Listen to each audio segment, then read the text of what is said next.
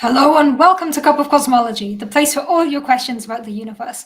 My name is Diana Hooper, Charlie to friends, and I'm a theoretical physicist currently doing a postdoc over in the Helsinki Institute of Physics in the University of Helsinki in Finland. And I'm a cosmologist, so that means that I study the universe, the contents of the universe, how things evolve, how things interact, cool stuff happening inside the universe. I love being a scientist. I love being a cosmologist. It's really, really cool to get to study random things in the universe. And I love chatting to everybody about all of the cool things I get to work on. So for anyone who doesn't yet know, Cup of Cosmology is an interactive stream. The idea here is that you people can ask me anything you want about physics, about space, about cosmology, about being a scientist, about Finland, about academia, anything you want, and I will do my best to try to answer. Now, of course, I won't have all of the answers, but I will do my best to try to answer the questions that I can answer. I see we have some of the regulars coming in. We have Lothargo, Mito, Paul, John, Prath, Scott, one of the Davids, James. Great to see everybody. Great to see people coming in and chatting as always. If you're a first-time viewer, welcome. If you're a regular, welcome back. If you haven't done so yet, please do click the subscribe button, click the notification button, leave a comment, like the video, all of the usual YouTube things. It really does help boost engagement.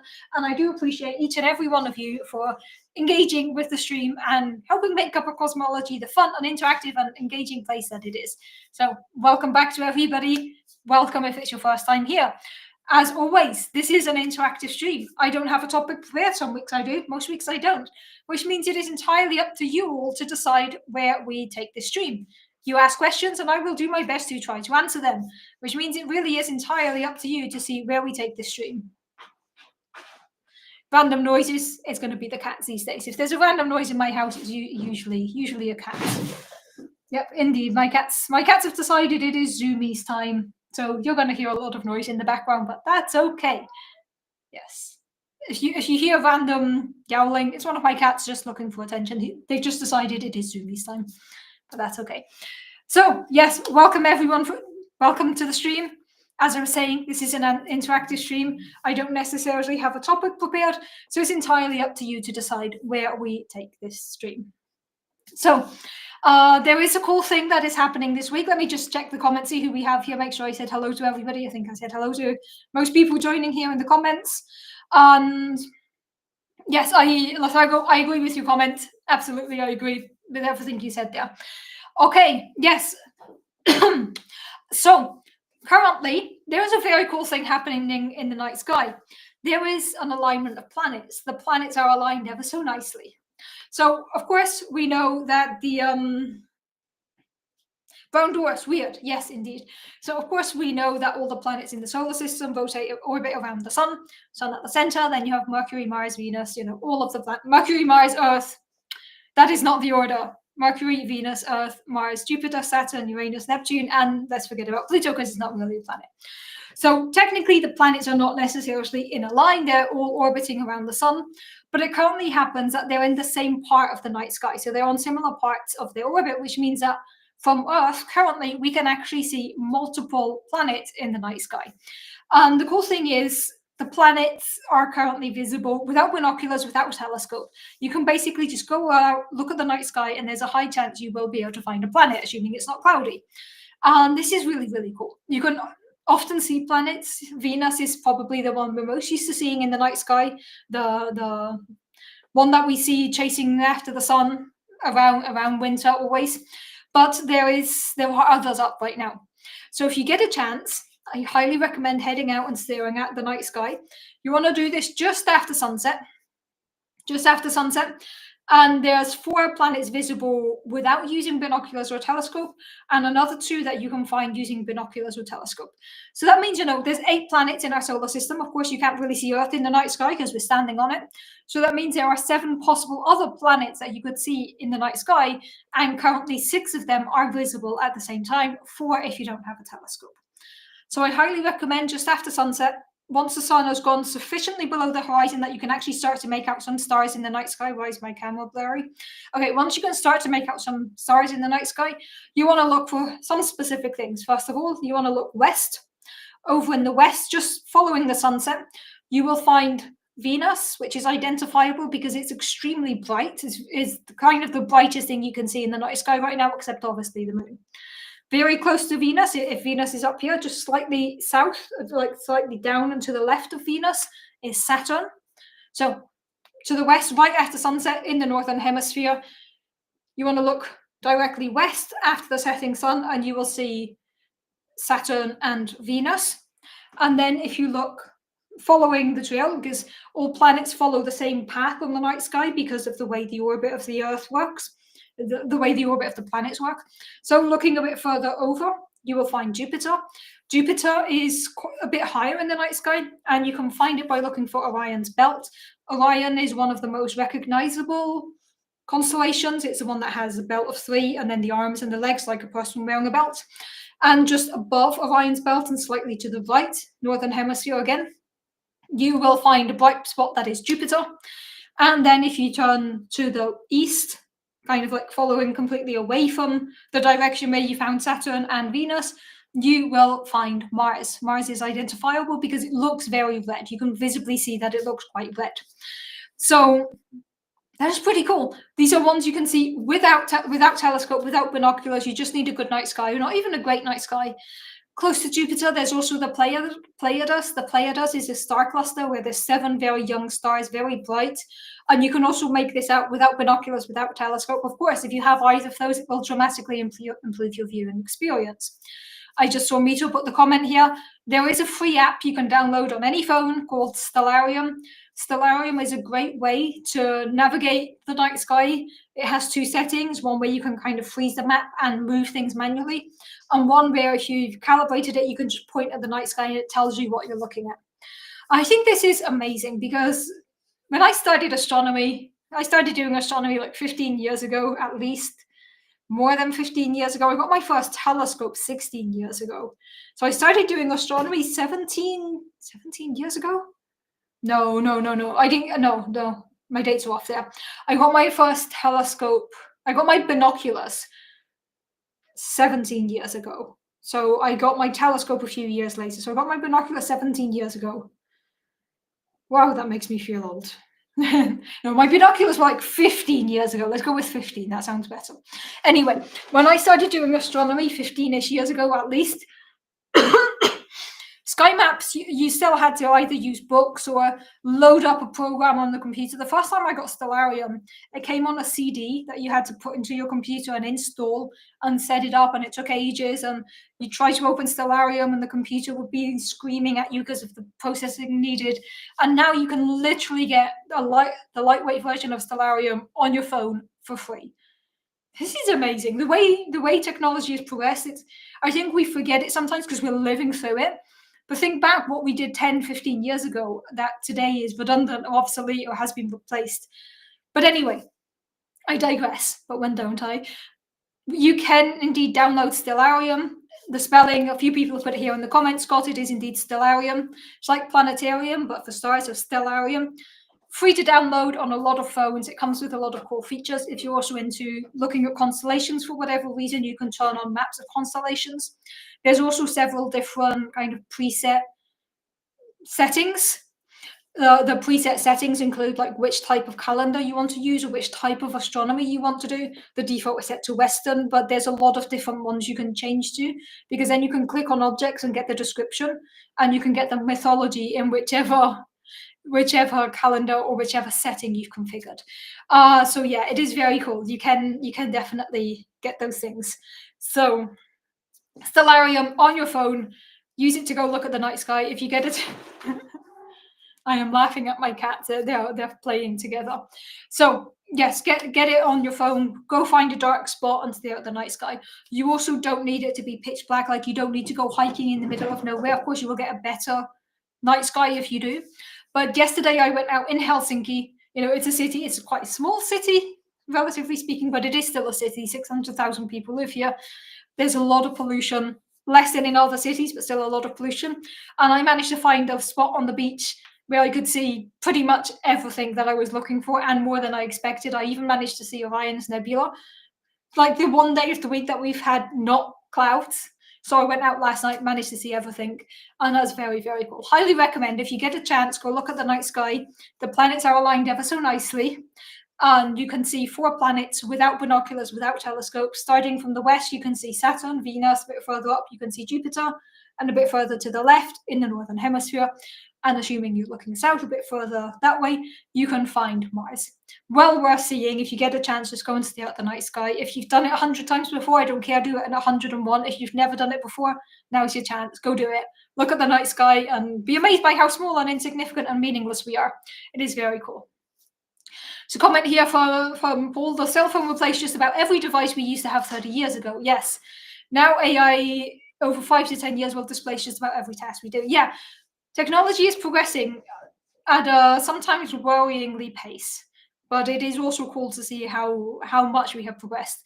There's a comment from John Rutherford here. The augmented reality overlay with Stellarium is amazing. I use it for planning photography angles to match up stars with the landscape features. That is cool. You can also add like the augmented reality to where you can kind of put the stars where you want them to be. It is very, very cool. There is a paid version as well. So you can actually get more features if you pay for Stellarium on the phone. Of course, there's in-app purchases, but you can get the basic functionality for free. If you are out stargazing, I highly recommend turning on the night mode of Stellarium because then it doesn't mess up your night vision. You can still see the stars. But yeah, it's amazing to think that the Stellarium is now a lightweight thing you can get on the phone and not something clunky that you have to install that comes with a huge amount of data and stuff. Somewhere, I know exactly where actually. I still have my Stellarium CD. And it's like, this is, today I don't even have a single device that could play a CD. Or I don't even have a DVD player. Actually, I do not have any device with me that could play a CD or a DVD. But I still have my Stellarium CD because it's kind of nostalgic. But you can just download it on your phone, and that is very, very, very cool. Okay, gonna just glance through the comments again because I saw there were a few comments about this. Let's see. There's a comment about Prober 3. I will get to that in a minute. Sticking with what we're talking about. Comment from John. There was a really cool view a few weeks ago of Jupiter and Mars and the Moon all really close to each other. Yeah, actually, that happened not too long ago, where there were a lot of cool things very close together, Jupiter, Mars, and the Moon. And that actually happened on a day when I was lost in thought. If you see me distracted, it's because the cats are zooming about in the background, just doing their very much in zoomy mode. I'm going to just see if this is going to work. Hang on one sec. I'm going to try and show you one of the cats up there with zoomies.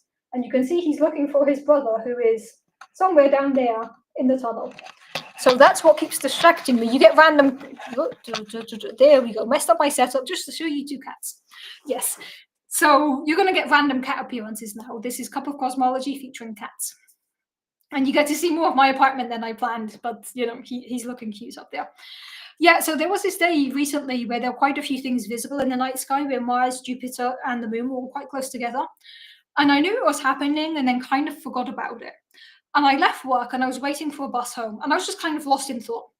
It had been a really busy day at work. And a random Finnish guy at the bus stop next to me just said something to me in Finnish. And bear in mind, my Finnish is not good. But I understood the word moon and pretty. So then I looked up, I'm guessing he said there's a pretty moon today. And I looked up and saw the Moon and Jupiter next to each other. I thought, that's pretty cool. So I thanked the guy and then we just sat there in silence staring at the moon together. And then I got my bus. And, for a Finn who doesn't like interacting, that was extremely interactive of him.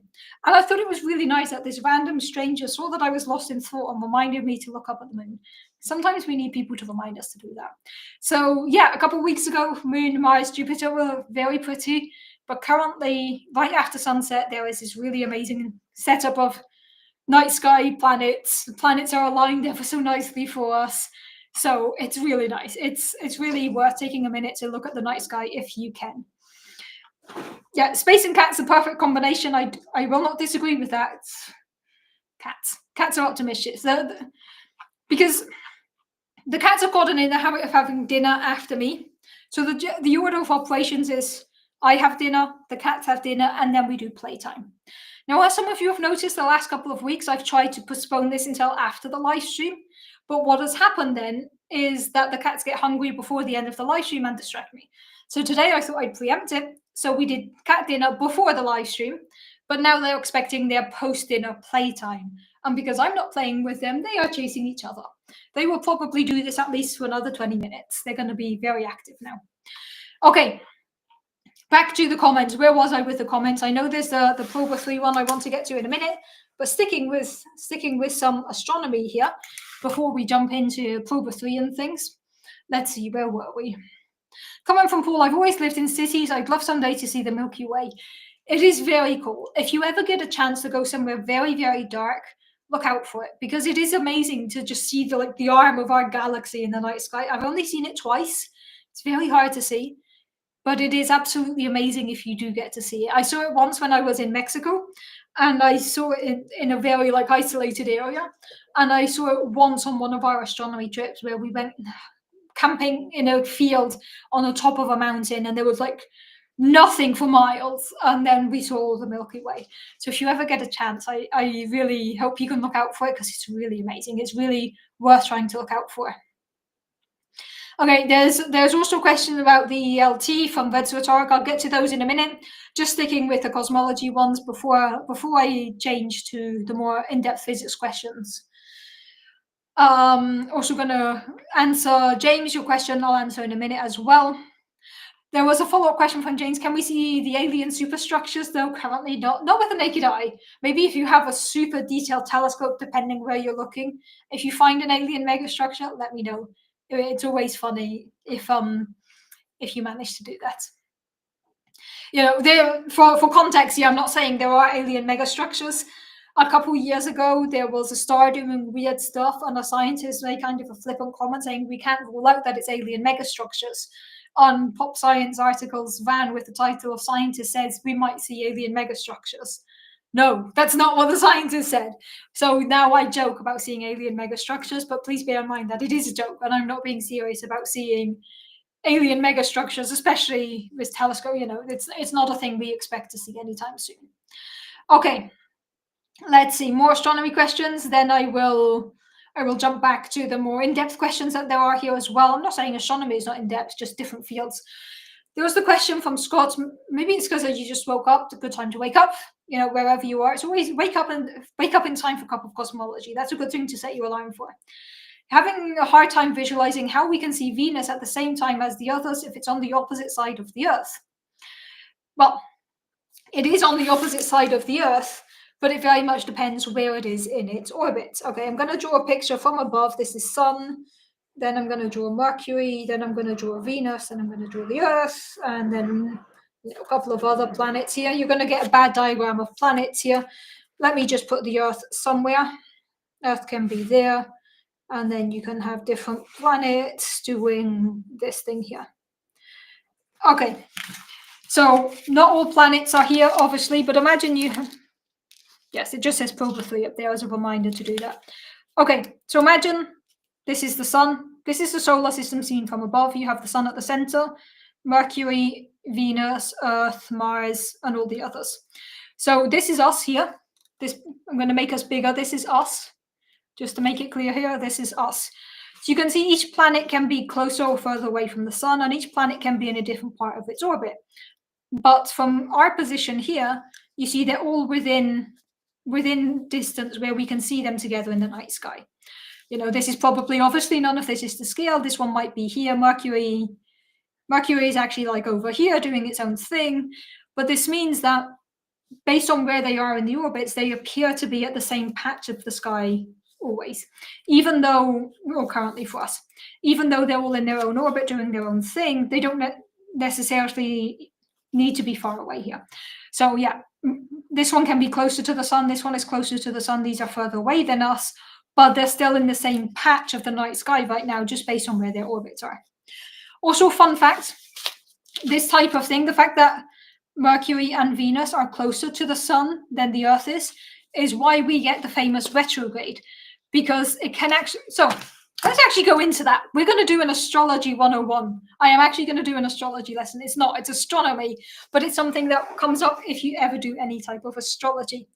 Mercury in retrograde, what does this mean? So if we consider our map here, when we look at the Sun or at the inner planets, it can seem like the inner planets move first in one direction across the night sky and then in another and then back.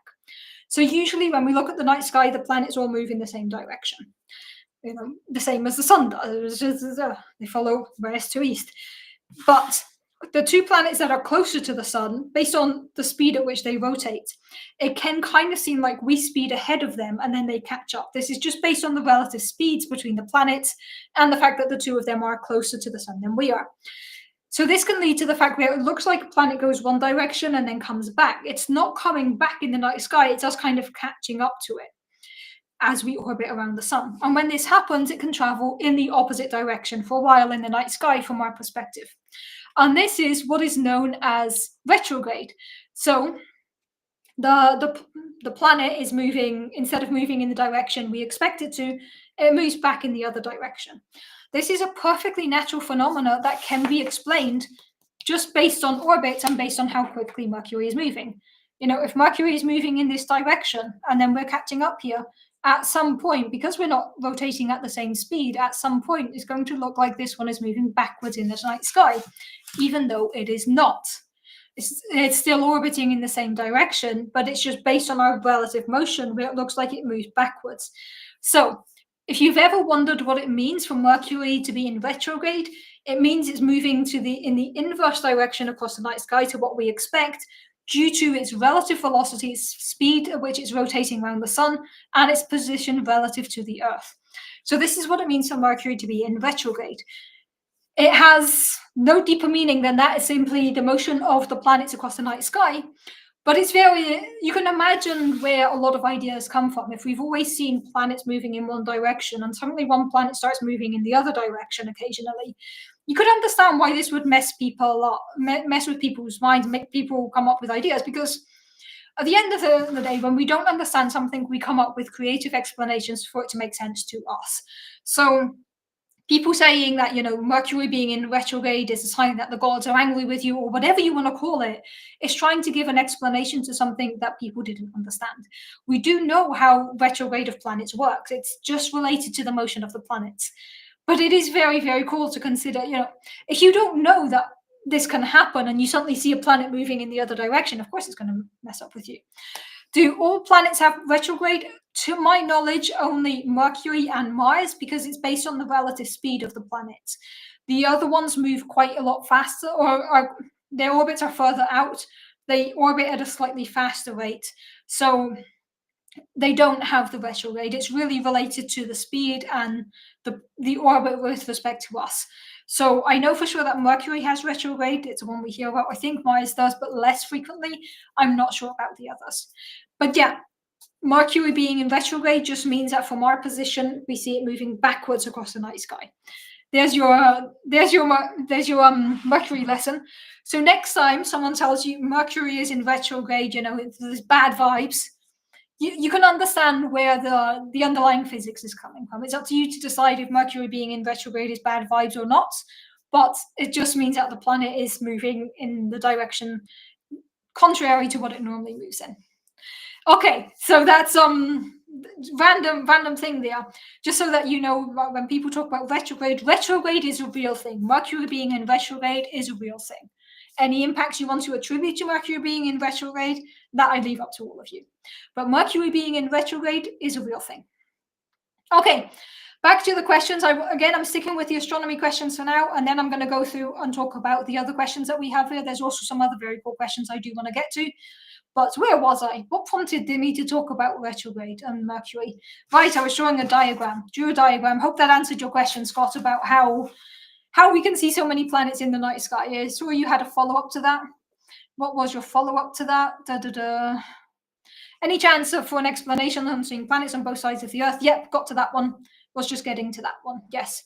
Just assume that the sun would still be visible if we were looking at planets on both sides of us, not necessarily, because when it's nighttime, let's imagine this picture here again. This is us. If we imagine that, yeah, it's going to be at night, we're going to be looking kind of in that direction, but you can still get these inner ones. This is why Venus is very, very close to the setting sun, and the others just depends on their position in the orbit. And we see Saturn also currently very close to Venus, because Saturn is actually like down over here, and we're also getting it in the line of sight with Venus, even though it's not in the same part of the orbit. It's just how it looks to us. Okay, where was I? There were some questions about pulsar timing array. I do want to get to these as well, but just sticking with astronomy for now, and then I will jump to the other questions.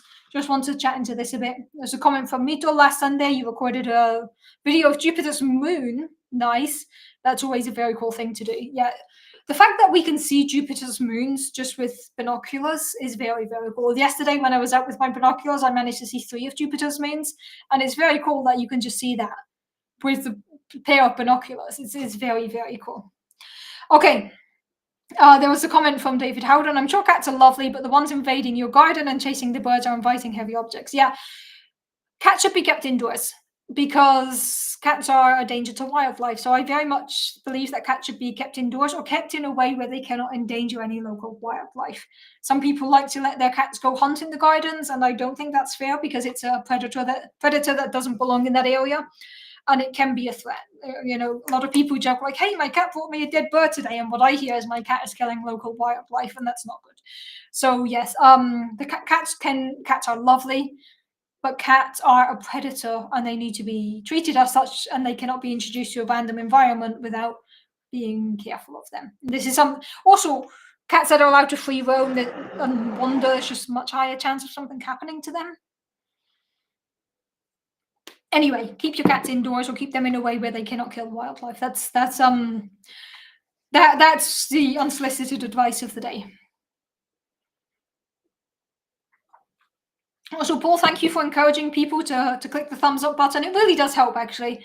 YouTube does take into account the ratio of views versus thumbs up. So if you do click the thumbs up, it's something that YouTube is like, hey, this percent of people watching gave it a thumbs up, it must be good. So if you give a thumbs up, the YouTube algorithm does like it.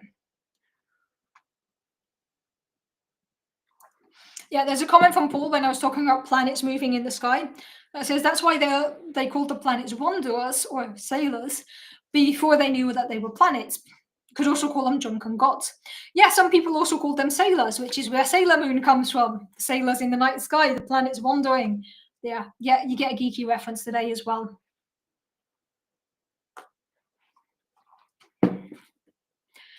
Okay, there's a comment from Mito saying that the outer planets also have retrograde motions close to opposition. Yes, when there are, yes. So other planets can have retrograde as well. You got astrology, but not cosmetology. Well, I can give makeup advice if you want. As someone who has not worn makeup voluntarily in like 15 years, I'm not sure if I should be the one giving makeup advice. Completely off cosmology topic, question from David Howden. Does Finland have wild cats? Yes, we do. We do have some big cats living like further up north because it's quite cold, but I'm currently blanking on which one there is. I would say lynx. Is lynx correct? I'm going to ask Google because I know there are wild cats in Finland. I'm assuming you actually mean like big cats and not wild feral cats. There are some stray cats in the cities, but the shelters are pretty good at taking care of them. I guess in smaller villages, smaller towns, smaller cities, I'm not so sure about the population. But I'm pretty sure Finland does have big cats, but I'm currently blanking on which ones.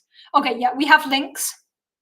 That's the one that I had in mind. So there are lynx in Finland. What else is there? There's bears. There's a fun thing that if you go hiking off trail, you can actually find bears in Finland, which is always very cool.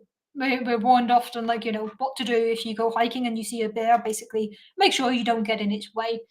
But it's rare. You're not going to bump into a bear if you go out in Helsinki. But if you go further north, you will find bears. Yeah, and there are lynx in Helsinki. And I think lynx is the only big cat that we have in Helsinki. Not in Helsinki, sorry, in Finland. Yes, there should be. Yes, we have a lot of elk. We have moose. There's bears. There's a lot of other wild animals. There's voles. You can't spell love without voles.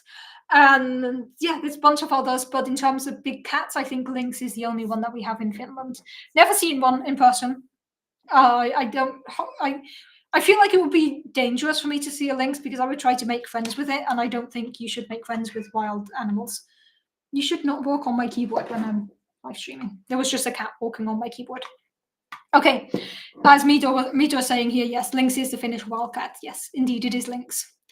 Okay, sticking with this comment from Press.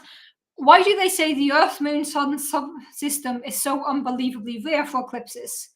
You can see shadows of the Galilean moons on Jupiter. This is an excellent question. My tea is currently perfectly drinkable, and there was just a cat getting in the way.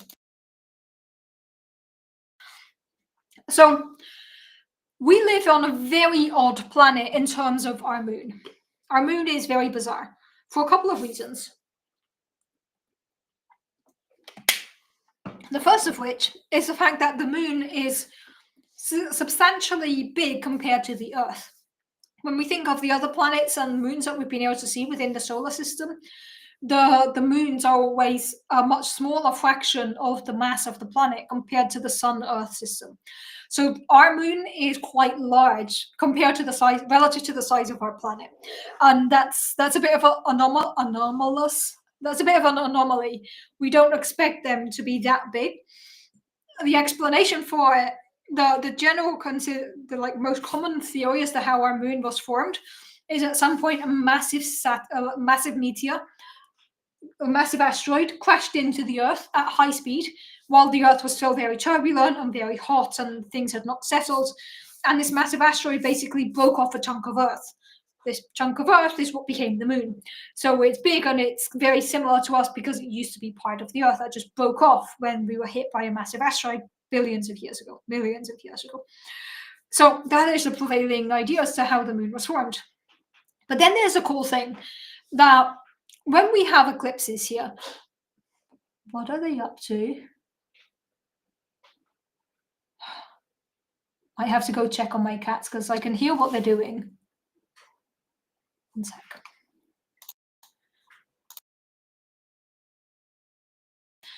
Okay, yeah, I think they're attacking something in the bedroom they should not be attacking, but probably fine. Just up to mischief.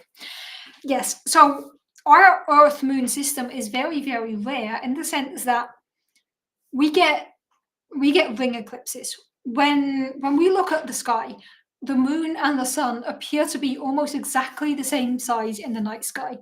There is no reason for this. There is no reason why the sun and the moon should have the same apparent size in the night sky. You consider the moon is substantially closer to us than the sun is. The moon is also substantially smaller than the sun is. But these two things align perfectly so that in the sky, not just the night sky, in the sky in general, the sun and the moon have almost exactly the same size. And thanks to this, we get impressive eclipses where we have the whole annular eclipses, where we have the ring eclipses, or the total solar eclipses. And this is something that can only happen if the sun and the moon are approximately the same size. If the sun appeared this big on the night sky and the moon appeared this big, even if you put it in front of it, you'd never get a total solar eclipse.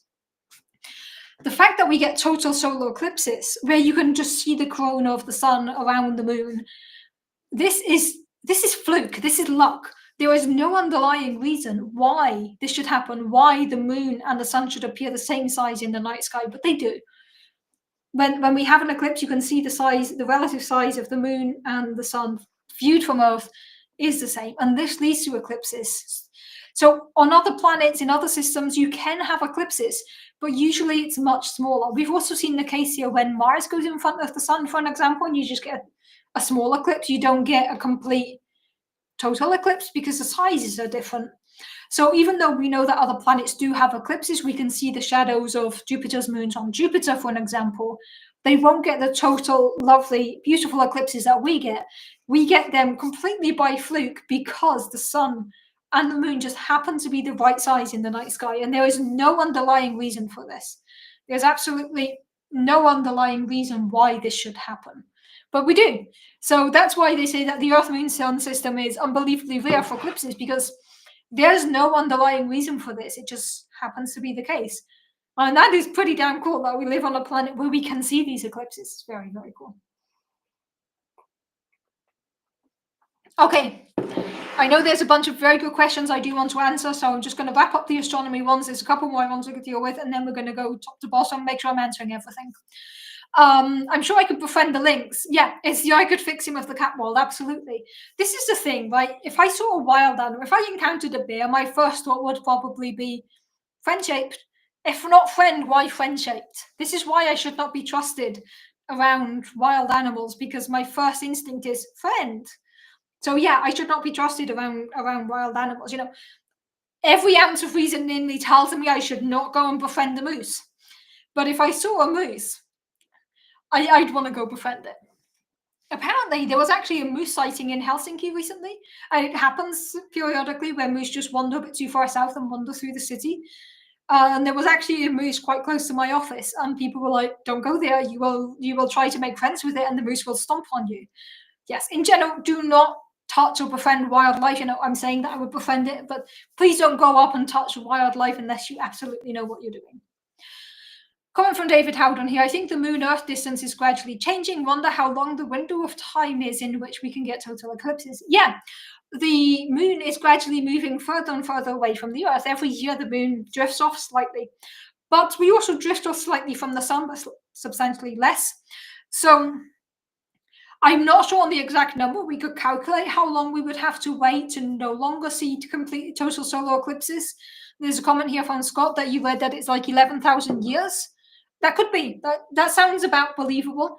I can't remember how far away the moon gets from the Earth each year, but we could calculate. It's solvable. So yeah, there is a time where in like 10,000, 20,000 years from now, maybe 100,000 years from now, people on Earth will not be able to experience total eclipses because, or at least total eclipse of the sun. You know, you can always have a total eclipse of the heart, but I am sorry for that one. But a total eclipse of the sun is something that we can experience now based on the position of the sun and the moon. But 100,000 years from now, 10,000 years from now, this might not be possible. And that's pretty cool when you think about it. I've seen a couple of people say here that maybe the sun and the moon are the same size because we live in a simulation and the programmers got lazy. That is one explanation. Just copy paste, change color, change a few settings, good to go. So yeah, Minute Physics has done a video about the last ever TCE. That is very cool. The last ever total solar eclipse. I wonder when that's going to be. So Minute Physics has done a video about that. I suggest go watching that. I have not watched it, but that sounds like a cool thing to watch. Okay, so that answers the question that Ange asked early on, as can you tell us about the cool thing in the night sky? There's a bunch of cool things in the night sky.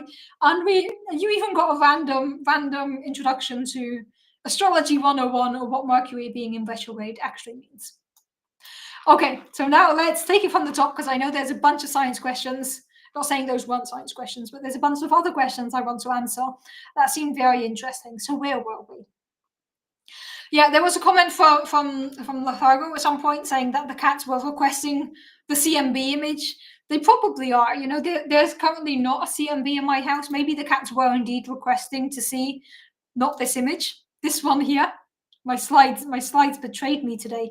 This one here, the cosmic microwave background radiation, oldest light in the universe. This is a snapshot of what the universe looked like 380,000 years after the Big Bang. As everyone here knows, this image needs to appear once per stream at least, and it hadn't yet appeared. So someone saying the cats are requesting the CMB pic and that's why they're making so much noise, you are correct. And the cats can now settle down. The cats are in fact settling down. They had zoomies for about 40 minutes. And now one of them is calm, the other still wants to get up to mischief. But yes, they are calming down. Okay, there's a question from John earlier. You were thinking about the Proba 3 satellite that we discussed a couple of streams back. We discussed this in the stream that was called Cosmology in 2024, where I did a recap of things that happened. Could a coronagraph like that be used to look for stellar gravitational deflections, like in the Eddington experiment? I am not sure. So just as a reminder, the idea of the Proba 3 mission is it's going to fake some eclipses. There's got two spacecrafts. One is going to block out the light of the sun for the other one, so that you have basically a mini eclipse on one of the satellites eclipses the sunlight, so you can fake an eclipse between these two satellites. The main purpose behind it is to test synchronized flying of the satellites, because you need them in perfect synchronization, behaving exactly as you expect, you're doing exactly what you want them to do. As to whether this could be used as a coronagraph to study the sun, I am not sure. I'm sure there could be ways of doing that. I'm not sure if these satellites are going to produce a sufficient amount, like if they're going to block out enough of the solar light to be able to actually study the corona of the sun. I'm not sure, but that sounds like something that could potentially be done, but I'm not sure if Proba 3 has the right equipment to do this. But it would make sense if you simulate an eclipse, you can also study eclipses more in general. But I'm not sure exactly on what experiments Proba 3 has on board. But that is a cool question. Okay, let's see. There was some other questions. Where's the next question? There's a question from Reds here. Do we need new space telescopes considering the capability of new ground-based telescopes? For example, the extremely large telescope that is currently under construction. Would love to know your thoughts. Excellent question. So there's usually two types of satellites that we talk about. Hey, Sophia, haven't seen you in ages. Thank you for dropping by. Great to see you here, as always. Always nice to see you. Yeah, you came just in time for the CMB to appear. Okay, so there are, before I get into the difference between ground-based and space-based telescopes and the extremely large telescope, just want to follow up a comment here. Question from Pratt when I'm talking about Proba 3 synchronized flying. I keep thinking synchronized swimming. No, it's synchronized flying. Could this synchronized satellite navigation benefit LISA? Probably not. So for LISA, we do need the 3 satellites to orbit in a specific way, but this is not so much synchronized flying, because the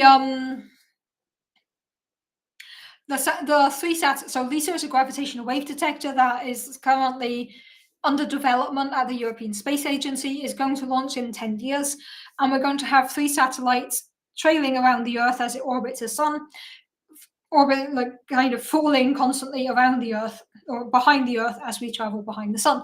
So here it's not so much about having synchronized flying, it's about having synchronized orbits.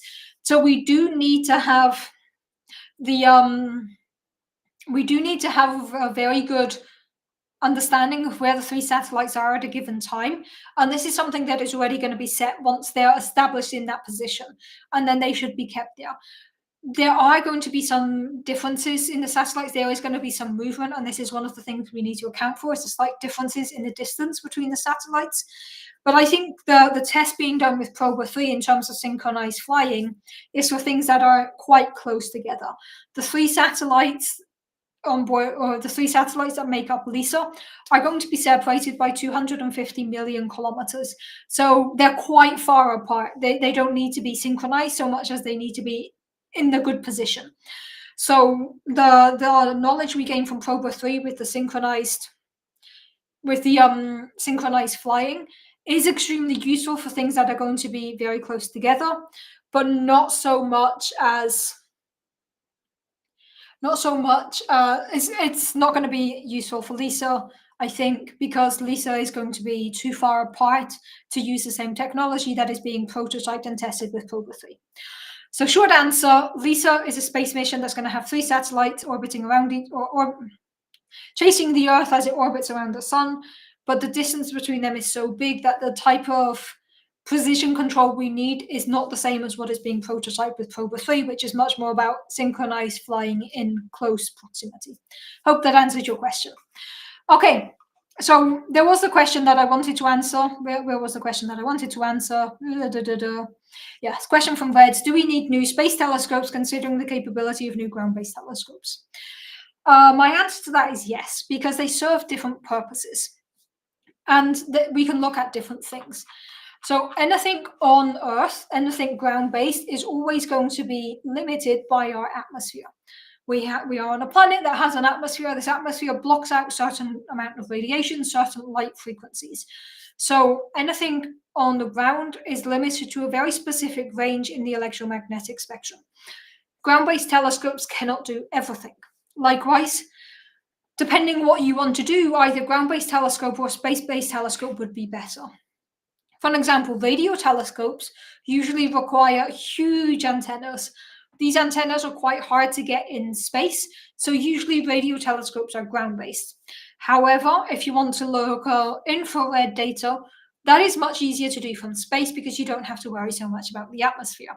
So, first of all, depending on which range of the electromagnetic spectrum you're looking at, there's an advantage of going to space versus being on the ground.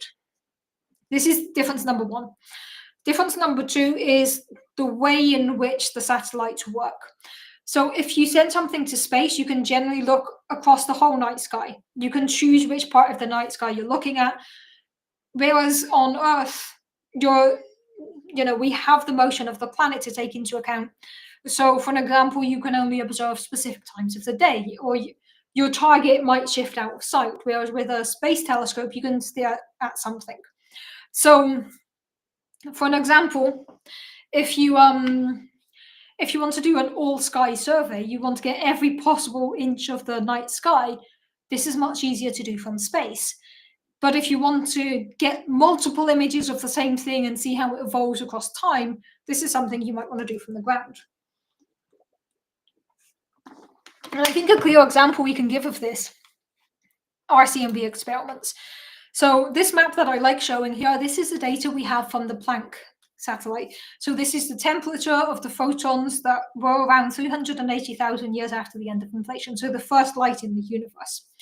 And you can see that this is an all sky. So this weird shape here, this ellipse, is actually a sphere around us that has been broken up and opened up. But this represents a full sky survey. Whereas ground-based CMB experiments, they are very, very, very, very deeply at a much smaller part of the sky. So you can get much more depth, but a smaller view. So with ground-based experiments, you can stare deeply at one patch of the sky, whereas with space-based experiments, you can get a survey of the whole sky.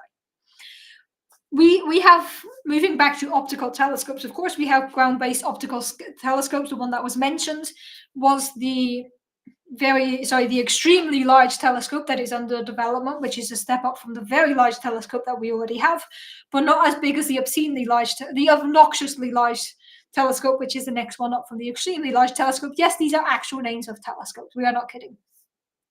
So the extremely large telescope is going to be ground-based. It's going to be doing the visible range of the electromagnetic spectrum, and it's going to be extremely good at staring into space and taking very good pictures of specific things. But then, for an example, we have the space missions like the Hubble Space Telescope, the JWST, that can gain a much bigger image of bigger patches of the sky. If you want to do the deep field surveys or the deep field images that we've seen from HST and JWST, for that you need to go to space.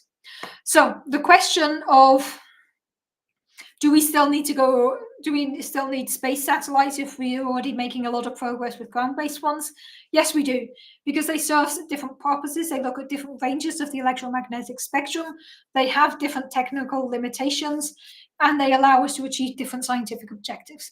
Ideally, they work in unison. You have data from the sky and from a ground-based mission, and you put the two together.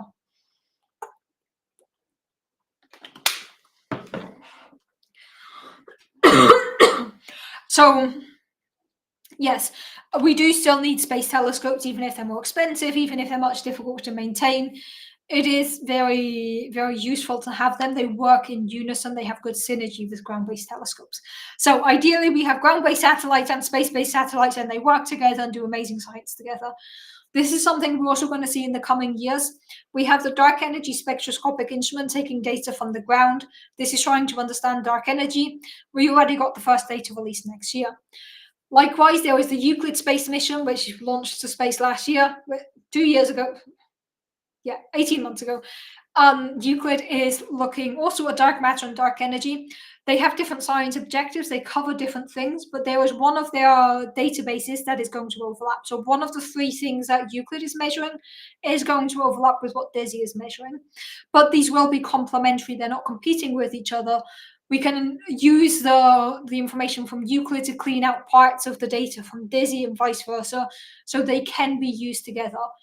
This is the ideal case, right, where you have different types of satellites, different types of experiments covering different parts of the scientific purposes that you're building, for different scientific objectives that work well together. So yeah, we still need ground-based experiments, we still need space-based experiments. Ideally, we have both. Following up to this, question from Paul, are there any major ground-based telescopes, such as maybe in China or Russia, that don't share their data?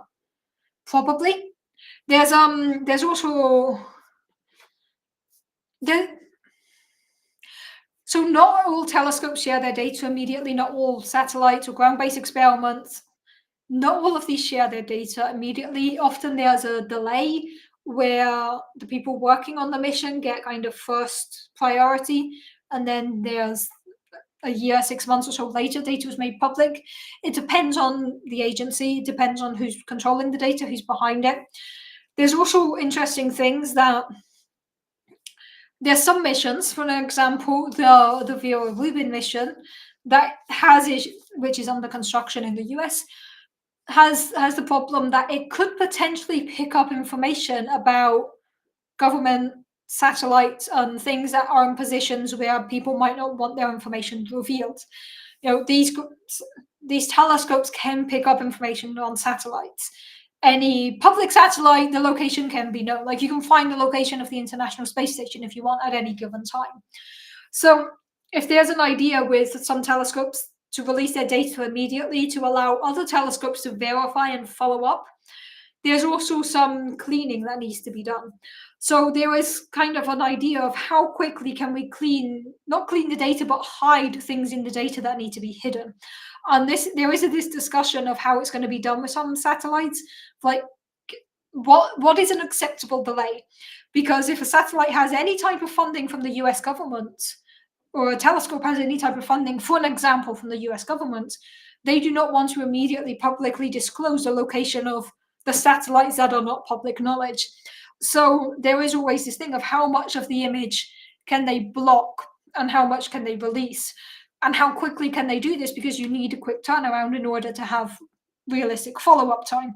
So this is something that is a factor that is being discussed. And there's kind of the balance where the scientists want the data immediately to be able to do follow-ups, and the US government just picked an example here, wants to veto it. And in the past, this has happened, where then by the time the scientists get the actual data, 90% of the image is blacked out. And there's also the question of, if you send back an image that has a few pixels blacked out, you can still figure out they blacked out a satellite there. So this is a consideration. So the question is, are there any major ground-based telescopes that don't share their data? Absolutely. And it's not just a China or Russia thing, it's pretty much every country, because there's stuff in the night sky they don't want other people to see. There's their own satellites, there's their own things that they don't want to disclose to other people. Now, ideally, every scientific experiment would make the data publicly available. This is unfortunately not the world we live in. So there is always a delay, and there is always kind of a trade-off of how much science can you do without upsetting people, which unfortunately is a consideration that people have to do. But there's also other existing experiments that have never shared their data. For an example, the DAMO experiment. The DAMO experiment is looking at looking for a specific sign that is a prediction we have for some dark matter models. The DAMO experiment claims to have found this years ago. They found an annual modulation, so a slight difference in the amount of information you get from the night sky depending on the time of the year. And this could be related to dark matter, the weird type of matter that accounts for 25% of the energy budget of the observable universe. However, no other experiment has been able to reproduce the DAMO results, and the DAMO data is not publicly available. Not the raw unprocessed version. There's only the cleaned up post-process version. This is of course a point of contention, because if DAMO has claimed to have found dark matter, but then don't release the raw data where people can redo the analysis, why not? Now, the general argument from the DAMO side is, we know our data best, we know how to clean it, why would we let anyone else do the cleaning when we know what we're doing? So they just released the process cleaned version, but not the raw data. And no other experiment has been able to reproduce this. So yeah, ideally, in an ideal situation, every telescope, every satellite would release its data, but there are always considerations as to why this is not the case. So that's a very cool question, Paul. Very good thing to ask. Hey, Abyss, great to see you. Always nice to have you here.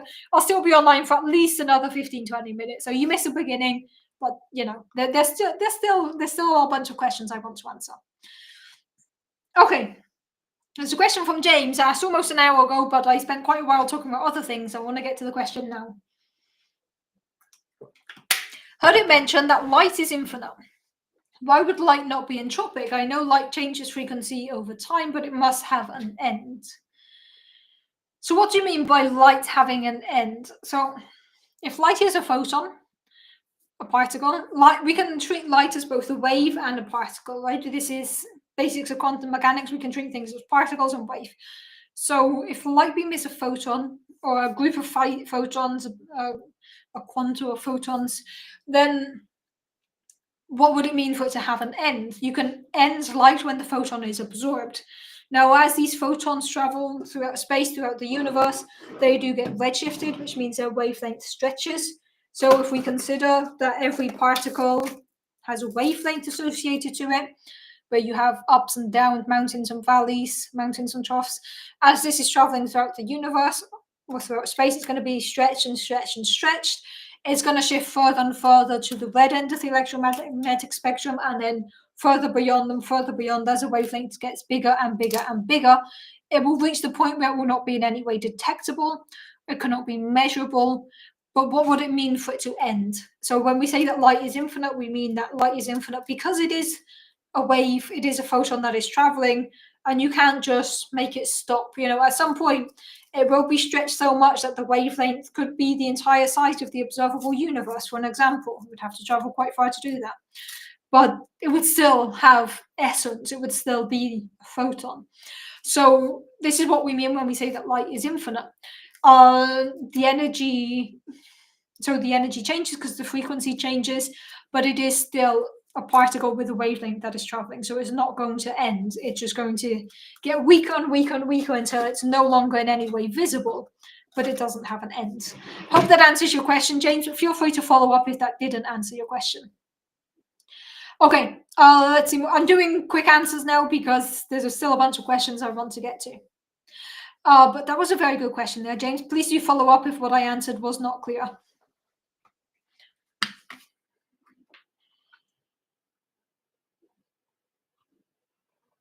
Okay. Then there was a question from Ben. As always, if I forget one of your questions, it's not intentional. It's because sometimes I overlook questions when I'm going through things quite quickly.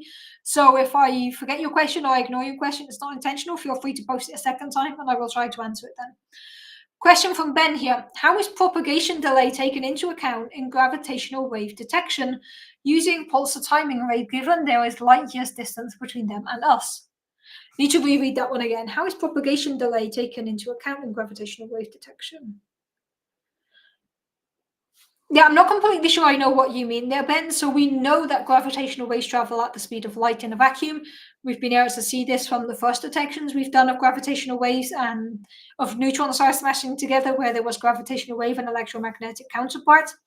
The idea of pulsar timing array is you have stars that act as cosmic lighthouses, so they're producing a specific light beam at a very well-known time interval.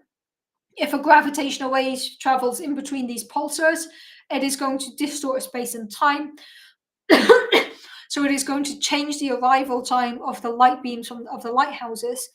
And if we look at enough lighthouses across the night sky, enough of these pulsars, we can build an array, we can build a light network, and we can use the delay in the arrival time of the cosmic lighthouse light to figure out how much space and time was distorted and therefore the gravitational waves that pass between. No, so how is propagation delay taken into account? I'm not completely sure what you mean. Even though these are separated light years of distance, so of course the gravitational wave is not going to hit all the pulses at exactly the same time. Sorry, just to clarify here, these pulses are always within the same galaxy. So when we do pulsar timing array, we're looking at pulsars within the Milky Way. So we're not looking at pulsars in lots of distant galaxies. We are looking at kind of local pulsars. So the distances are not massive. They're not that big. So they are distances where even though the gravitational wave is going to not arrive at exactly the same time at the different pulsars, it's not an effect that is going to be dramatic. We're not talking about many years apart in these arrival time of the pulsars. It is much smaller timescales. They are closer together, so that is something that we don't need to take into account on that as much as we would. It is something that is a factor, but not dramatically big. I hope I understood your question there, Ben. If not, feel free to ask again, and I will do my best to try to answer if you ask again. Okay. Dark data on dark matter coming from Abyss, indeed. Yes. Yeah, comment from Paul here. The cats were said we can stay on a bit longer. Indeed, the cats had zoomies for the first 40 minutes of the stream. The cats have now settled down and gone to sleep, looking very cute in the process, which means I don't need to worry about running off to give them dinner.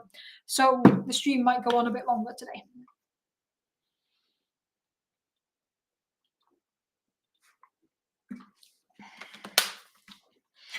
Yeah, then there's follow-ups to what I was talking about light not having an end to it, light just continuing to stretch. There's a comment from Abyss that after being stretched beyond some wavelength, photons will start to interact with virtual particles.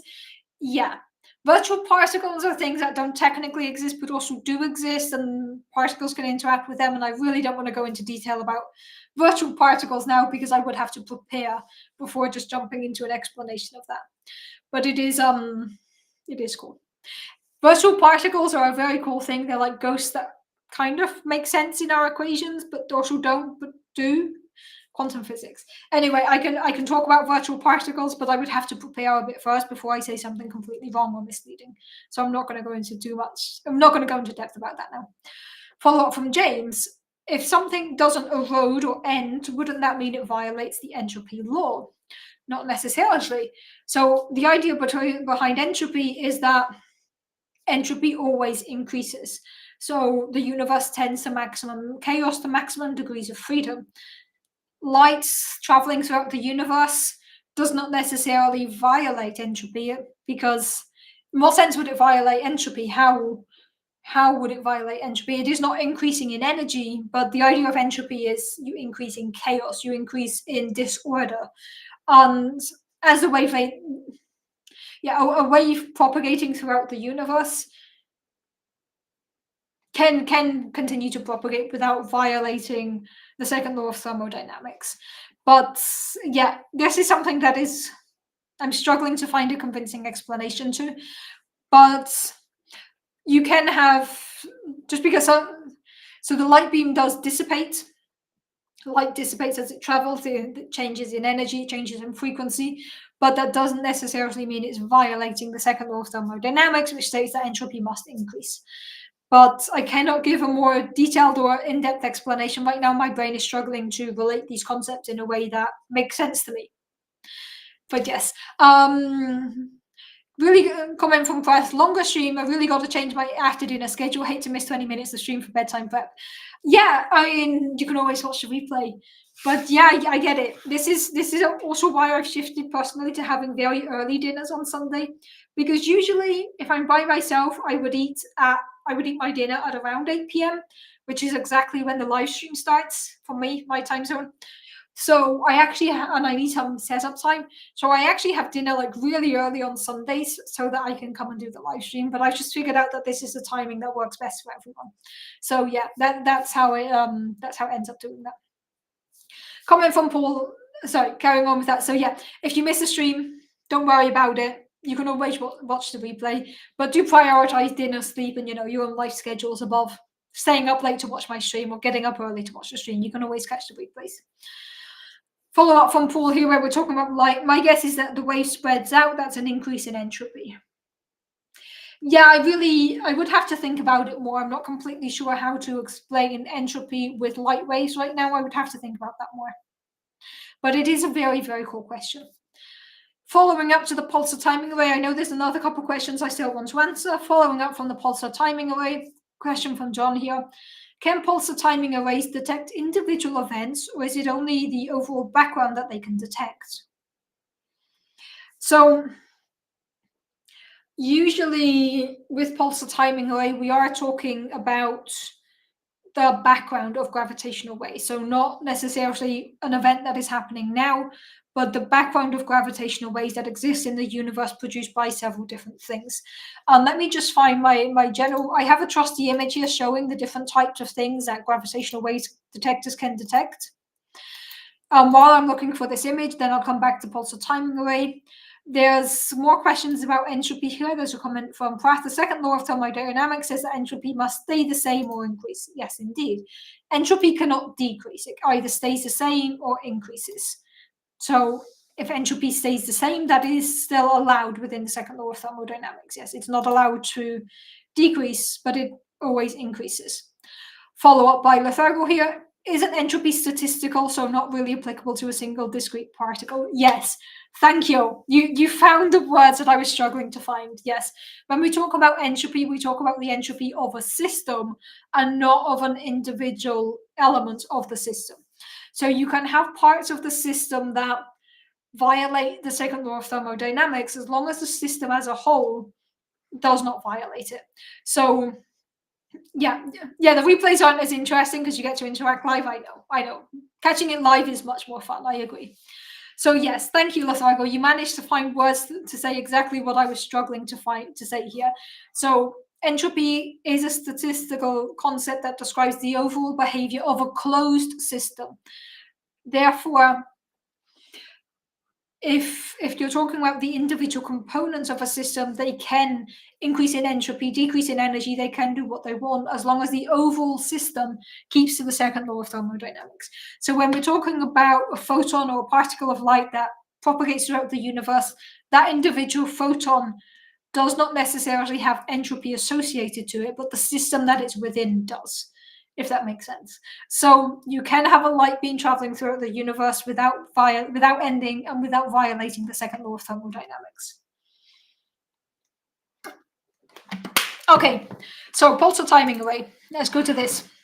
So here we have an idea of the different gravitational wave spectrum, different events that produce gravitational waves, and how we can go about detecting them. So in terms of sources of gravitational waves, we have things like quantum fluctuations in the early universe, supermassive black holes smashing together, neutron stars smashing together, black holes smashing together, big black holes falling into big black holes falling into small black holes, things like that. With terrestrial interferometers like LIGO and Virgo, we can detect black holes smashing together and supernova and neutron stars smashing together. With LISA, we're hoping to detect basically everything. And pulsar timing array is especially sensitive to supermassive black holes smashing together, plus some other early universe models. And these leave a background of gravitational waves. So there was a question earlier about the delay of timing of arrival between pulsar timing array. Because this would be the case if we're looking for point events, but because pulsar timing array, on the one hand, is on small scale, so we don't have that issue, and is mainly interested in background of gravitational waves that are constantly there in the universe. So the time of arrival is not such a big consideration here because the gravitational waves are not coming once and going past, they're constantly there. Hope that answers that question. That was a very, very cool question about pulsar timing array. So following up here with some more comments about entropy, comment from Pratt. So if a photon just keeps going on and it's keeping the entropy the same without decreasing or increasing. Yes, a photon by itself does not necessarily need to increase or decrease entropy. Yeah, there's comments from Abyssia. Have a flashback of statistical mechanics that traumatize you. Yeah. So statistical mechanics is difficult and terrible and very, very fun, but also ridiculously difficult. When I took statistical, there was a course I took called Statistical Mechanics and Thermodynamics, that is moving beyond the thermodynamics you might cover in a first year undergrad course to much more advanced, really building thermodynamics from a statistical perspective. And I took that course in German on very limited knowledge of German, but I did an exchange program in Austria, in Vienna, and I was there for a year. So the last year of my undergrad, I was in Vienna. So some of my subjects were taught in German. And for statistical mechanics and thermodynamics, the lectures were a mix of English and German, the problem sets were entirely in German. And the exam, the professor set 2 versions. There was a German version. Unfortunately, the professor gave me an English version as an exchange student. But yes, uh, I have I have both good and bad memories of that course of statistical mechanics and thermodynamics. It was very cool and also very scary. And I learned very fun German words because German, like Finnish and a few other languages, has a tendency to, if in doubt, get 20 words and smush them together as one massive word. So I learned what in English we would call a probability density distribution. Or like, no, the velocity distribution probability, something like that. And in German, it's one word that starts with like Geschwindigkeit, something, something, something. And it's like these 25 letters in one word. And I didn't understand the word, I didn't understand the concept. So yeah, I also have not too pleasant memories from statistical mechanics and thermodynamics, but I had a very cool classmate who helped me get through the course. So yeah, it's it was fun. It was fun. If you ever get a chance to take a undergrad level course of statistical mechanics and thermodynamics, don't do it. Run away. It's fun, but terrible. German seems well suited to physics. Indeed, it is. It is actually. That graph reminded, comment from John here, that graph reminded you of what you heard recently, that LIGO failed to detect rotating neutron star gravitational waves. Indeed. Yes, that is something that it wasn't clear if LIGO would detect, but it seems like after the first couple of observing runs, they have not yet detected them. So to the person in here with their own theory of modified gravity, I don't think this is the right forum to share your theory, your model. I am imagining you have this to explain very clearly on your channel. I don't think the chat section of a YouTube or the comment section of a YouTube live stream is a good place to discuss the validity of your own theory, because for one, your comments are broken up and I see there's like 20 comments. I'm not going to read them all. This is not the right forum. Feel free to email me, contact@cupofcosmology.com. You can get in touch and I'm happy to discuss, but I'm not going to entertain your theory of modified gravity here in the comments. You're free to keep posting. I'm not going to respond to them. On that note, I just want to make 2 comments here. Pretty much every week on Cup of Cosmology, I say you're welcome to get in touch. You can email me. I'm happy to chat. So I want to make 2 comments about this. First of all, a reminder that if you're contacting me for something that you've seen on Cup of Cosmology or Cup of Cosmology related, the email address is contact@cupofcosmology.com. It is linked to on the Cup of Cosmology webpage. It is linked to on the Cup of Cosmology YouTube channel.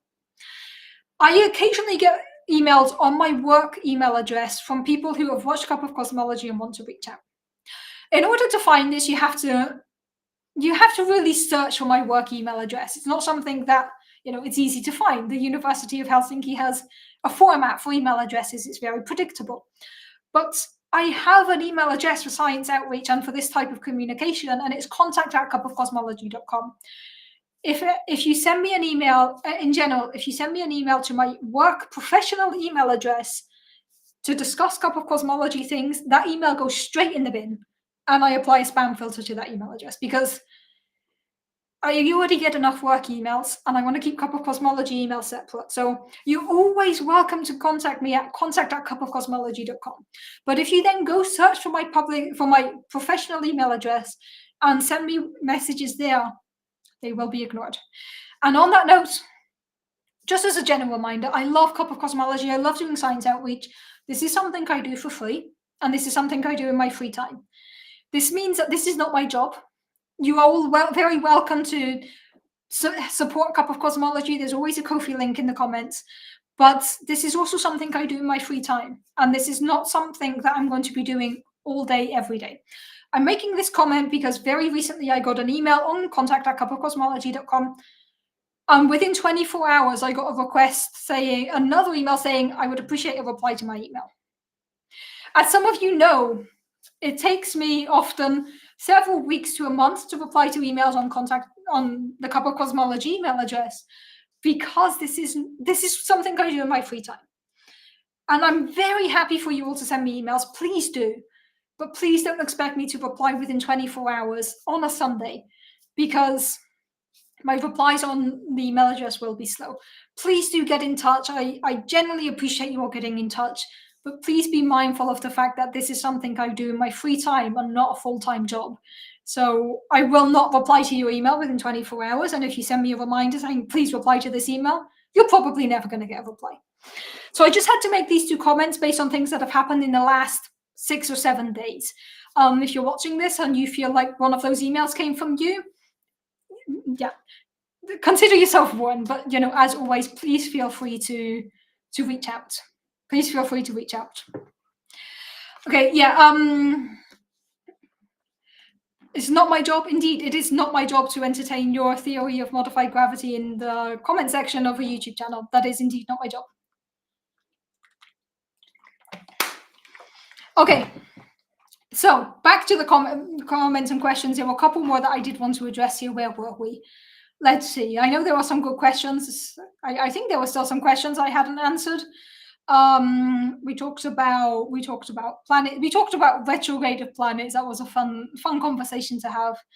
We talked a lot about astronomy. I covered those questions. We talked about cats. Let's see, where are we? I'm just glancing through the comments to make sure I've addressed all of the questions. As always, if I have not addressed one of your questions, it's not intentional. Feel free to put your question again, and I will try to answer it this time. I don't intentionally ignore people unless I specifically told you why I'm ignoring you.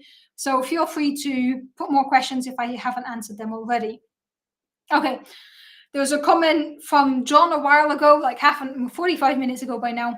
I've heard that Euclid is expected to find hundreds of thousands of strong gravitational lenses. Do you think that'll have a big impact on studying very early universe, especially with JWST follow-up? Absolutely. I mean, Euclid is expected to find a lot of strong gravitational lenses, which are galaxies that have been heavily distorted based on gravitational lenses. So a gravitational lens is basically when we look in the night sky, we can see galaxies that are distorted due to the presence of a big, massive gravitational thing, which we assume is going to be dark matter. So this is a thing that we cannot directly see, but that creates a gravitational well, a gravitational field, and this causes the light moving around it to distort. So we get a distorted image of the original galaxy. We've already found a lot of gravitational lenses with things like the Hubble Space Telescope or with JWST. The Euclid mission that launched 18 months ago is expected to find hundreds of thousands of strong gravitational lenses, and this will be an invaluable tool towards studying dark matter, towards studying gravity, towards studying how the universe behaves on close scales. And especially because there is the option that then if there's an extremely interesting thing, Euclid is going to measure it in terms of the gravitational lensing, so on. But then we can get follow-ups from JWST, which could do an optical or infrared follow-up. So then we get multiple different sources of information of the same object. So yeah, I think Euclid in general is really going to have a huge impact on early universe cosmology, and especially if we throw in the gravitational lenses that it's going to find. So yeah, I expect we're going to find a lot of cool stuff with Euclid, and we should get some results within the next year or so. At some point soon, we'll get soon on cosmic scales, we will get results from Euclid, and I'm super excited about that. Okay, checking through the comments again to see what I missed. Yes, when I was talking about Earth and Moon, I overlooked a comment from Pratt saying, so the Earth-Moon system is in a Goldilocks zone with the Jupiter system on one extreme and Pluto-Charon system on the other. Yeah, very much so. The size of the Moon relative to the Earth is not common, but it's pretty cool. There's also the comment from John, it's when my cats are especially quiet that I get the most nervous. Yeah, I realize you, as a cat owner, you very quickly learn the difference between my cats are quiet, this is good, and my cats are quiet, why? And the second one is the much more worrying one, because if you know that they're sleeping, that's great. But when you know they're awake and up to mischief, and suddenly they go quiet, yeah, that's when you want to go check on them, because they're usually up to more mischief. Okay, let's see if there's any more comments or questions that I missed here. There was the question from Gun. I hope I pronounced your name properly now. I realized in the past I said Gun, but I'm guessing it's more of like the German or Gun. So Gun Hardy. Question here, what are your thoughts on the timescape model and the explanation of the accelerating universe is an illusion due to gravity in denser parts of the universe? I think it's a model that I haven't read enough about, but I think it's a model that, from what I've heard, doesn't fit the data as well as other models. So we know that the universe is currently undergoing accelerated expansion, or that we have a lot of evidence to support accelerated expansion of the universe. And we have a lot of evidence to support that this is caused by dark energy. But there are always going to be other possibilities, other explanations. And usually the reason we don't immediately adopt a new explanation is because there's an existing one that fits the data better. So if we have a model, our standard model of cosmology, lambda CDM, that fits the data better than any other model, it doesn't mean it's the best model, it just means it's the best one we found to date. To my knowledge, limited knowledge on the topic, the timescape model specifically does not fit the cosmic microwave background radiation data as accurately as lambda CDM does. So if you want to explain why the CMB looks the way it does, why there are enough blue spots and red spots here, how this behaves, this is something that so far the best explanation we have found is lambda CDM standard cosmology, but I haven't read enough about the timescape model to comment on it. Just from what I've heard, it doesn't fit the CMB data as accurately as lambda CDM does. Okay, let's see, more comments here. There was a follow-up by Scott saying that based on a quick Google search, we will no longer have total solar eclipses in a couple million years, which makes sense, yes. Okay, let's see, more questions. I feel like I've covered most of those questions. There was a comment from Scott, a bit off topic, but I'm curious how cold it gets in Finland. It's been abnormally cold here, and on Wednesday we'll hit minus 22 Celsius. Depends where you are in Finland. In Helsinki, I've been here this is my 4th winter here. The coldest temperature I felt was minus 29. But if you go further north, you can easily hit much colder than that. I'm talking in Celsius, obviously. Now, it very much depends on where you are in Finland. This winter has been quite mild. We've had a couple of days around minus 15, minus 16, but it's been overall a pretty mild winter so far. I think one of the things you notice here is that the other winters I've been here, this one again has been a very mild winter, but there's some winters that I've been here where you get a whole 2 weeks where it doesn't go above minus 15 degrees. And then it's not so much that it's cold, it's that it's persistently cold. But this has been a pretty mild winter so far. I think today is minus 2. It's pretty mild. But yeah, if you go further north up in Lapland or Rovaniemi, further north than that even, it will get a lot colder than that. It can easily drop to minus 35, minus 40. But here in Helsinki, most winters we do get a few days where it's minus 20, minus 25. Last winter there were 2 weeks where it was minus 20 continuously. But this winter's been pretty mild so far. Okay, I'm almost catching up with the questions, I think. I'm only 20 minutes behind in the questions now, no longer all the way behind. Okay, well, I think we discussed all of the entropy ones. We discussed pulsar timing array. There was a comment from John when I was talking about entropy. Can you chase entropy back to find the simpler set of instructions of entropy? I'm not sure what you mean by the simpler set of instructions for entropy here. Yeah, I'm not sure what you mean with that, John. Simpler set of instructions. Yeah, feel free to clarify that comment if you want, because I'm not completely sure what you meant by that question. Okay, let's see. We answered all those questions. We talked about doing statistical mechanics in German, which was a fun thing to do. Another comment here from Scott. What about emailing you at dchoops at Def Jam Records about the Bourgogne career and hop? You can try. I'm not sure if you'll get any reply from me, but you're welcome to try and see what you get there. Yes. I see there's some comments here about the German word for scientist is Wissenschaftlerin or Wissenschaftlerin, which is also a mouthful. To be fair, I used to think German was difficult to learn, and then I started learning Finnish, and somehow suddenly German seems a lot easier to me, because German is difficult, but Finnish is next level. Finnish is insane for me. I am making progress with Finnish, slow but steady progress with Finnish, but it's so much harder than German for me. So yeah, I used to think German was difficult, and then I started studying Finnish, and now I miss the days where German was the hardest language that I needed to know. Yes, Finnish is fun to study. But you can. The good thing is almost everyone in Finland speaks English, which is very convenient, but also makes it very hard to learn Finnish because everyone just immediately switches to English. Okay, there was a comment from Perth here. Let's see.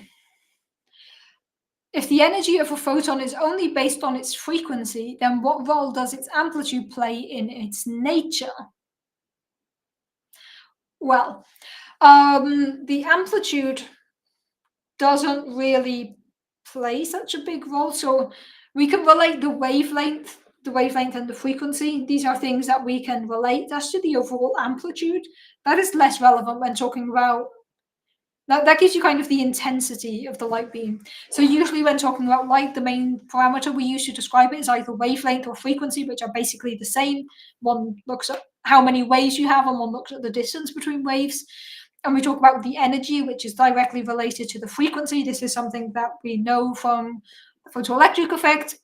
So we know that we can relate these effects. So we can relate energy, wavelengths, frequency. As to the overall amplitude of the wave, this is related to the intensity of the light, and it's less relevant. For most things, it's less relevant. Okay. I see there's some discussion about Japanese in the comments as well. Japanese is something I've never learned, but it's a language I would love to learn someday. From what I've heard, it's a very interesting language to learn as well. I'd love to learn Japanese someday as well. But first I need to manage Finnish.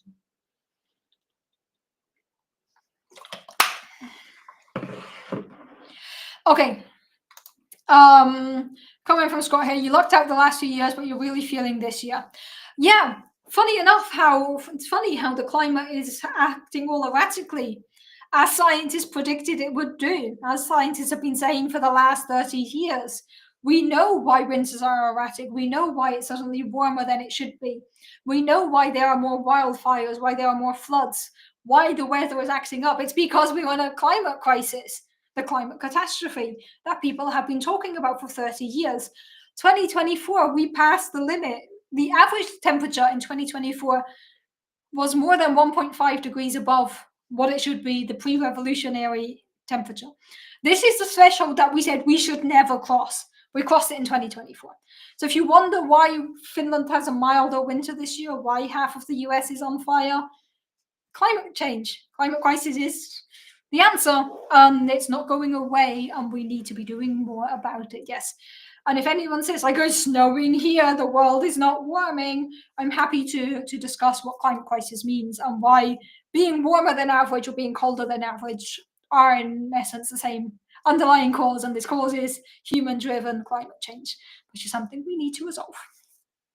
Okay. Comment from John, I need a new book to read. Have you read anything good lately that you'd recommend? Yes. Sci-fi book called This Is How We Lose the Time War. Highly recommend. It's very fun to read, very entertaining. Otherwise, there's a big collection of books on my shelf that are listed as like to be read, and I'm very slow at reading them. But the last book that I really enjoyed was This Is How We Lose the Time War. It's a very cool book. Highly recommend it. Okay, coming from Abyss, there's a YouTube channel that captures life in a city in Siberia where temperatures can dip to minus 70 Celsius. Yeah, I'm not surprised by that. It can get very cold. It can get very cold in places.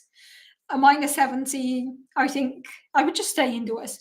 But it's very interesting to see how people manage and navigate such climates. Okay, going to try to wrap it up because we are at the 90-minute mark. This might be heading towards being the longest stream in quite a few years. Let's see. Going to do quick fire wrapping up the comments, and then we will wrap up the stream. Comment from Press. Speaking of the moon getting away, where will it go once it escapes Earth? And would it be the first major moon to do so? Has it happened before? I'm pretty sure it has happened before somewhere in the universe. I'm not sure if it's happened in the solar system. As to where the moon would go, it would gradually travel further and further away from the Earth. It's unlikely to then get caught up by one of the other planets in the solar system. So eventually, it would just be another space rock kicked out with the Milky Way, traveling alone, doing its own thing. Of course, there's a question of, is that going to happen before the sun expands and eats the inner planets and basically destroys all life on Earth? I can't remember which is going to happen first. I think the moon will still be gravitationally bound to the Earth for a long time, so we don't have to worry about it. Yeah, I'm losing my voice. 90 minutes is definitely the limit for streams. I've also almost run out of water at this point. Yes, so the moon is still gravitationally bound to the Earth, even if it gets gradually further and further away. If eventually it gets so far away that it can escape the gravitational pull of the Earth, it will gradually, very, very slowly drift further and further away in the solar system and then potentially out of the solar system eventually. But it's not something we need to worry about happening anytime soon. Okay, comment from Abyss. I would never try to learn Finnish. That's like an alien language to me. It is a very interesting language. It doesn't share many. It doesn't share much with any other language. So a lot of languages that we're used to are like Germanic or Latin languages. Finnish doesn't belong to the same general family. It shares roots with Sami and with Hungarian, and that's pretty much it. Which means it's quite hard to learn Finnish because we don't have the basis. Like for me, learning German, learning Swedish, I can rely on the fact that I already speak a Germanic language, being English. If I want to learn French or Italian, I can rely on the fact that I already speak a Latin language, being Catalan and Spanish. But for Finnish, none of what I know works. None of what I know applies. And that makes it challenging, but also extremely fun. So related to this, Press just asked, is it me or does Finnish sound a lot different from the other Nordic languages? It does. Most other Nordic languages belong to the same general family. There's also the thing I've heard that if you speak Swedish, you can kind of navigate Norwegian and vice versa. Whereas if you speak Swedish or Norwegian, they're not going to help you speak to Finnish people because Finnish is extremely different to Norwegian, to Swedish, to Danish. They come from different root languages, and so they've diverged a lot and don't have many similarities. My voice has definitely had enough. Okay, let's see. Just gonna quickly wrap up here. Comment from James. I think we need a channel on light in itself. Always fascinating. Absolutely, yeah. You could do whole streams about how weird light is. I think I did at some point back in the TTK days years ago when I was still in Aachen with colleagues, where someone asked, why does light not have mass? And we turned it into a whole stream. And we still didn't cover most of what we could talk about with light. So yeah, it's it's a topic we could spend hours talking about, and it's not something I'm gonna do now. Okay, comment from Paul. Our remaining carbon budget is 0 and we are emitting more each year than the prior year. Indeed we are, yes. Okay, let's see. Comment from a bit. Speaking of disappearing moon, a Neil Stephenson book named Seven Eyes is a great sci-fi book that investigates what if the moon blew up spontaneously. So I've heard a lot of people praise Neil Stephenson's books. Honestly, they don't work for me. I tried to read Anathema.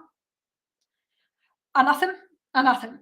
Yes, I tried to read Anathem, and it's a book that just annoyed me. Like I got halfway through it and I was so deeply annoyed by the way it was written that I stopped reading it. But I've heard a lot of people write praise about Neil Stephenson and say good things about him. So if you like that type of book, by all means, I think Seven Leaves I've heard is one of his better ones. But they're books that personally just didn't work for me.